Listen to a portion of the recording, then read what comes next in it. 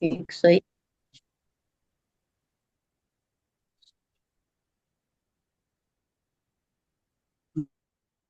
Ficou parado, agora tá muito.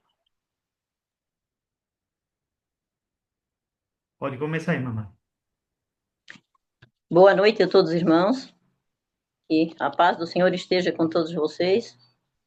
Que as mensagens a passagem que eu vou passar hoje aqui possa ser divinamente vinda do Senhor para cada um dos irmãos. Eu vou falar um pouco hoje de jejum e de oração. Então, nós temos que ter um jejum, principalmente de comida. A gente acha que é só a comida, né? Mas eu lendo aqui tantas coisas, olhando, a gente às vezes não tem, assim, nos separa de certas coisas que nós deveríamos nos separar daquilo, que às vezes nós temos, vamos dizer, como é que eu quero dizer ali, uma imagem, alguma coisa que a gente está reverenciando, como seja, uma roupa nossa, às vezes tem aquela roupa que a gente gosta muito de usar, parece que aquela roupa não doamos para ninguém, não fizemos nada porque aquela roupa nos sentimos bem com ela. Tem pessoas que, às vezes, o marido está em primeiro lugar, deixa Deus de lado, mas é o marido. Ou um filho, é tendência do ser humano fazer toda a vontade de um filho, da esposa. Tem outros que têm, em primeiro lugar, o seu carro. Ninguém pode tocar no seu carro, ninguém pode, às vezes faz uma briga no trânsito, qualquer coisa, porque o carro não pode ser arranhado, alguma coisa que acontece. Parece assim que a gente bota tantas coisas em primeiro lugar, deixando Deus de lado. Um móvel da nossa casa, um filme que a gente gosta de assistir, né? Como tem muita gente que gosta de assistir filme, outros gostam de assistir novela. Em qualquer lugar que a gente vai, um jogo, né? Pessoas que às vezes deixam de ficar com a família para ir a um jogo, para tudo vem a ser em primeiro lugar na vida da pessoa. Vem ser, às vezes até ir na igreja demais se torna um ídolo para a pessoa. Era essa palavra que quer dizer, um ídolo. Mas adorar não é só adorar uma imagem de escultura, é adorar a esposa, o marido, um filho, um carro, um filme, uma novela, lugares que vamos, que gostamos de frequentar. Então, tantas coisas que nós temos que deixar de lado, porque isso nos afasta de Deus, se torna uma escultura para nós, uma imagem, uma coisa que nos afasta de Deus. E o celular, então, esse é um dos vilões da história dos últimos tempos, né? Quanto tempo a gente passa com o celular na mão? Muitos passam horas e horas. E às vezes uma palavra, pegar a Bíblia um pouquinho, parece que logo dá sono, logo cansa. A pessoa se afasta de tudo para ficar com o celular na mão. Até as crianças já estão viciadas no celular. Tem uma criança pequena incomodando, fazendo barulho, o pai ou a mãe dá um celular na mão, acabou o barulho. É que o celular está tirando o lugar de Deus, da adoração a Deus. E o filme, a televisão, tantas coisas que a pessoa perde tempo com aquilo ali e não se dedica a Deus, né? Então eu tenho assim uma mensagem pequena para os irmãos, mas isso me chamou muito a atenção. Essas coisas se tornam uma imagem de escultura para nós, uma adoração para muita gente. Tem pessoas que dizem assim: "Ai, mas me falta tudo, menos o meu celular". Como eles fazem aqui nas escolas, eu já vi entrevista de crianças, os pais, assim, eles perguntando como é que foi não poder entrar com o celular na escola. Cruz, podia faltar tudo, mas menos o celular. Eu não vivo sem o meu celular. Então é tudo, se torna uma imagem, uma adoração para a pessoa ter um celular na mão e buscar nas redes sociais horas e horas de coisa, encontrando ali a vez coisas vis que afastam a pessoa de Deus, né? Então eu gostaria de ler aqui uma passagem bíblica que nos diz o seguinte: se encontra aqui em Deuteronômios, né? No capítulo 5 eu tinha ido para os 10 mandamentos, como tem em Êxodo 20, né? Mas depois, pegando outra passagem, gostaria de ler aqui no capítulo 5 de Deuteronômio, que nos diz assim: Chamou Moisés a todo Israel e disse-lhe: Ouvi, ó Israel, os estatutos e os juízos que hoje vos falo aos ouvidos, para que os aprendais e cuideis em cumpri-los. O Senhor nosso Deus fez aliança conosco em Horebe. Não foi com nossos pais que o Senhor fez todas as alianças. Todos os que hoje aqui estão vivos, que o Senhor fez essa aliança. Face a face falou o Senhor conosco, como no monte, no meio do fogo. Nesse tempo eu estava em pé entre o Senhor e vós, para vos notificar a palavra do Senhor, porque temeste o fogo e não subiste ao monte, dizendo: Eu sou o Senhor teu Deus, que te tirei do Egito, da casa da servidão.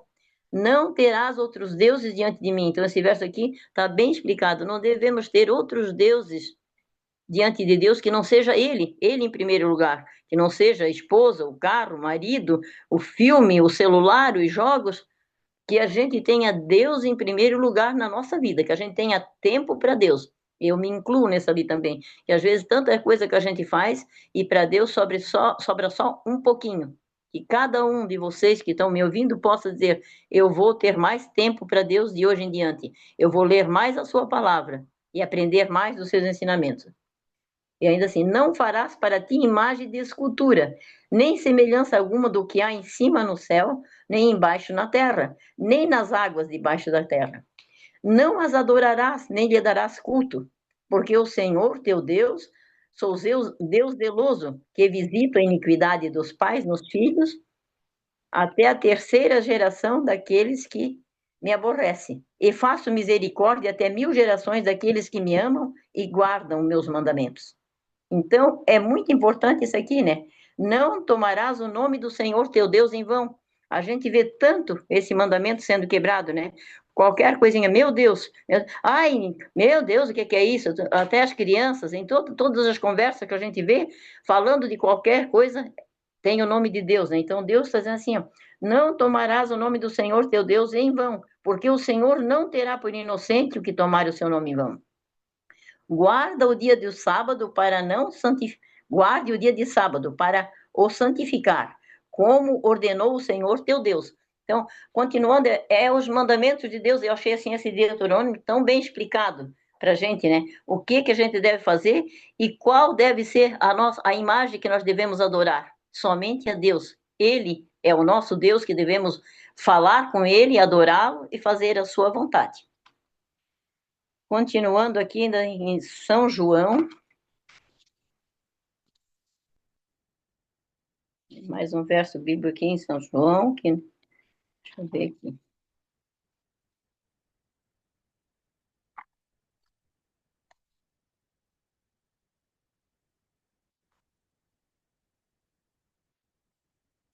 São João 8, verso 32, assim: Conhecereis a verdade, e a verdade vos libertará.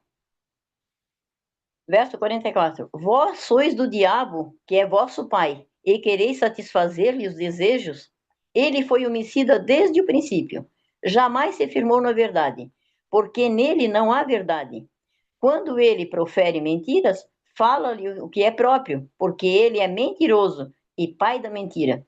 Então, que a gente possa ali, né, vamos dizer assim, conhecer essa verdade e não seguir o inimigo, né, o diabo, que ele é o pai da mentira, ele é que nos tira de fazer a vontade de Deus, ele é que nos leva para caminhos errados. Em Jeremias capítulo 6 e verso 16 nos diz o seguinte: Assim diz o Senhor: Ponde-vos à margem do caminho e vede e perguntai pelas veredas antigas, qual é o bom caminho? Andai por ele, e a ele achareis descanso para a vossa alma. Mas eles dizem: Não andaremos. Então, aqui estamos desobedecendo a lei de Deus, né? Deus diz assim, que é para a gente andar nesse caminho. Andai por ele e achareis descanso para vossas almas. E a gente diz: Não andaremos, não temos tempo, não podemos seguir o Senhor. Então, que cada um possa pensar nisso ali, né? Que Deus é o nosso caminho, Ele é o que nos guia para tudo que vem de bom em nossa vida, né? Então, que a gente possa pensar nesse verso aqui também, né? E, vamos dizer assim, conhecereis a verdade e a verdade vos libertará. Que a gente possa ser libertado pela essa verdade que vem do Senhor. Né? Em Colossenses 3, de 12 a 17, nos diz o seguinte: revestivos, pois, como eleitos de Deus, santos e amados, de ternos afetos, de misericórdia, de bondade, de humildade, de mansidão e de longanimidade. Suportai-vos uns aos outros, perdoai-vos mutuamente, caso alguém tenha motivo de queixa contra outrem, assim como o Senhor vos perdoou, assim também perdoai-vos. Perdoai-vos uns aos outros. Acima de tudo, porém, esteja o amor, que é o vínculo da perfeição. Seja a paz de Cristo o árbitro em vosso coração, a qual também fostes chamados de um só corpo. Sede agradecidos. Habite ricamente em vós a palavra de Cristo. Instrua-vos e acompanhai-vos mutuamente em toda sabedoria e louvando a Deus com salmos, hinos e cânticos espirituais, com gratidão em vosso coração. E tudo o que fizerdes, seja em palavras, seja em ação, fazei tudo em nome do Senhor Jesus, dando por ele graças a Deus, nosso Pai. É uma passagem muito importante, que tudo que a gente faça possa ser em nome de Jesus, em nome do Senhor. Em eventos finais, tem um trechinho aqui que eu gostaria de ler para os irmãos também, muito importante, que nos diz assim, eventos finais, capítulo 20, diz assim: uma dádiva do Senhor. Cristo, só Cristo e sua justiça obterão para nós um passaporte para o céu. Isso eu já li em outro sermão meu, mas eu acho muito importante isso aqui. O coração orgulhoso esforça-se por alcançar a salvação, mas tanto o nosso título para o céu, como nossa idoneidade para ele, encontra-se na justiça de Cristo. Para fazer parte da família celestial, Cristo tornou-se membro da família humana. Cristo se tornou-se membro para que pudesse fazer parte da família celestial. Imagina nós, se nós queremos fazer parte dessa família celestial, como temos que nos humilhar e fazer a vontade do Pai para chegarmos lá.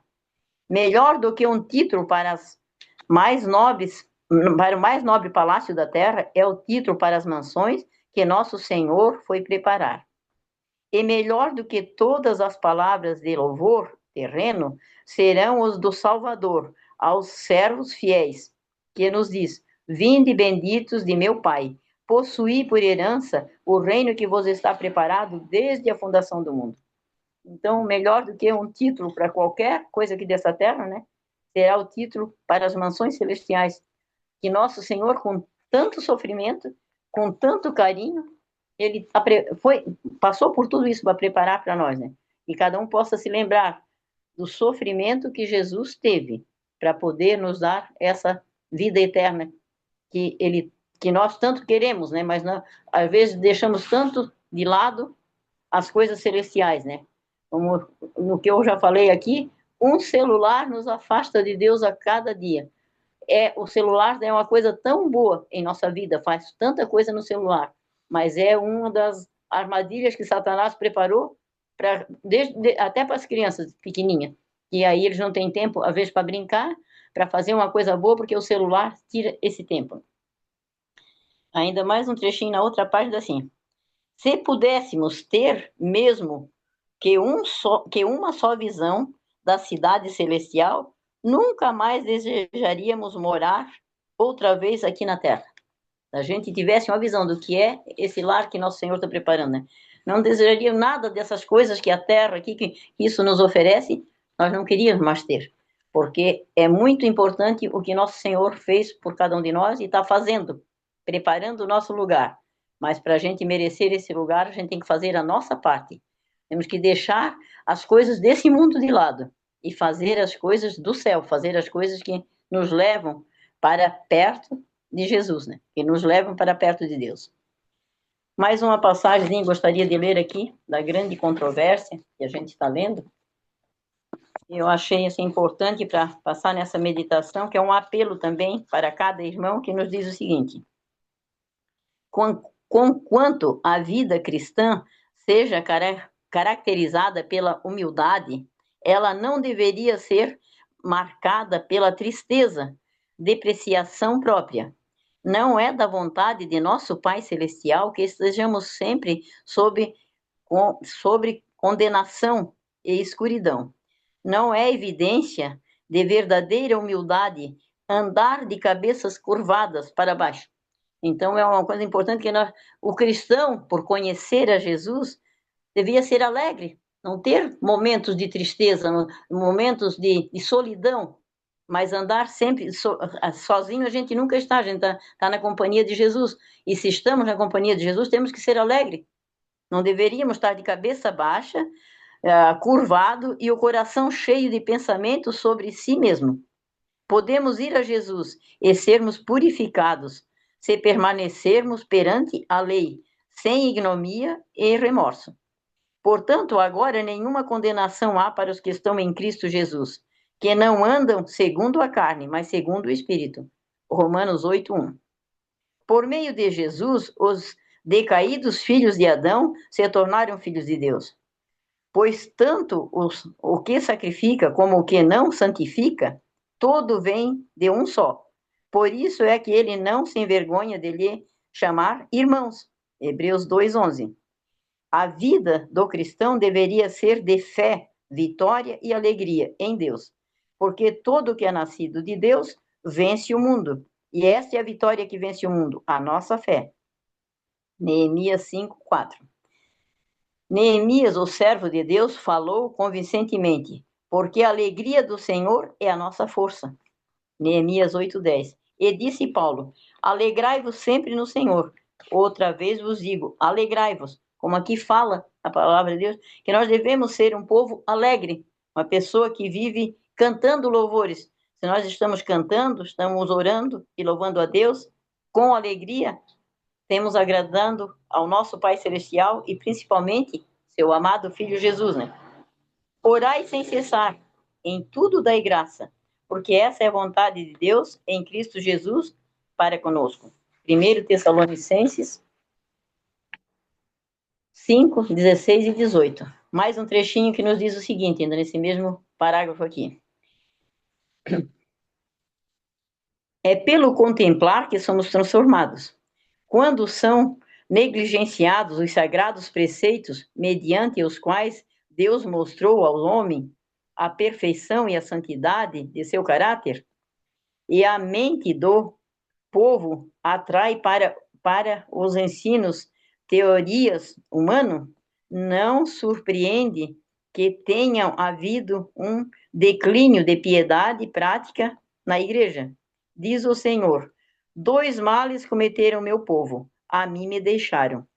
E que a gente pense nisso ali, né? A mim me deixaram. Quantos, como foi pedido oração pelas pessoas que já estiveram na igreja e não voltaram mais, não estão mais ali, né? Aqui está dizendo, né? 2 males cometeu o meu povo, a mim me deixaram. A gente não lê mais, não estamos mais indo na igreja, não sentimos mais vontade de orar, de cantar um hino, estamos deixando Deus de lado, né? A mim me deixaram, e um manancial da água viva, e cavaram cisternas rotas, que não retêm a água. Bem-aventurado o homem que não anda no conselho dos ímpios. Antes o seu prazer está na lei do Senhor, e na sua lei medita de dia e de noite. Ele será como a árvore plantada junto à corrente das águas, que no devido tempo dá o seu fruto, e cujas folhagens não murcham. De tudo quanto fizeres, será bem-sucedido. Salmo 1, de 1 a 3. É somente à medida que se restabeleça a lei de Deus e a sua posição exata, que poderá haver um avivamento da primeira fé, da piedade entre o seu povo e em seu professo. Assim diz o Senhor, ponde-vos à margem do caminho, e vede e perguntai pelas veredas antigas, qual é o bom caminho? Andai por ele, e achareis descanso para as vossas almas. Jeremias 6:16. Então, que a gente possa andar por esse caminho, que a gente possa perguntar a Deus qual é o bom caminho. E Cristo está nos dizendo ali, andai por ele. se nós deixarmos as coisas desse mundo um pouco de lado e andarmos mais no caminho do Senhor, Ele vai nos mostrar o caminho, as veredas que devemos andar, a tudo que devemos fazer para poder merecer esse tão grande sacrifício de nosso Pai, de nosso amado Filho Jesus, que morreu por cada um de nós. Então, essa era a mensagem que eu tinha para os irmãos. Gostaria muito de fazer um apelo que cada um sentisse o desejo de deixar alguma coisa que gosta muito de fazer, pelo menos ter um tempinho para Jesus, alguma coisa que tire ele. Eu sei que todos que trabalham vivem cansado e tudo, mas a gente tira um tempo para olhar o celular, e às vezes uma mensagem que nos chega, a gente já vai ver uma outra coisa, e mais uma outra coisa, e às vezes a palavra de Deus fica de lado. Não temos tempo para ler a Bíblia e aprender dos ensinamentos de Deus. Então, que cada um possa fazer uma oração a cada manhã e dizer: Senhor, me ensina qual é o caminho que eu devo andar hoje. Me ensina a andar no bom caminho. E que eu possa também fazer o mesmo, sentir mais vontade de ler a sua palavra, de aprender mais dos seus ensinamentos. É o que eu desejo de coração a todos os irmãos. Em nome de Jesus, amém.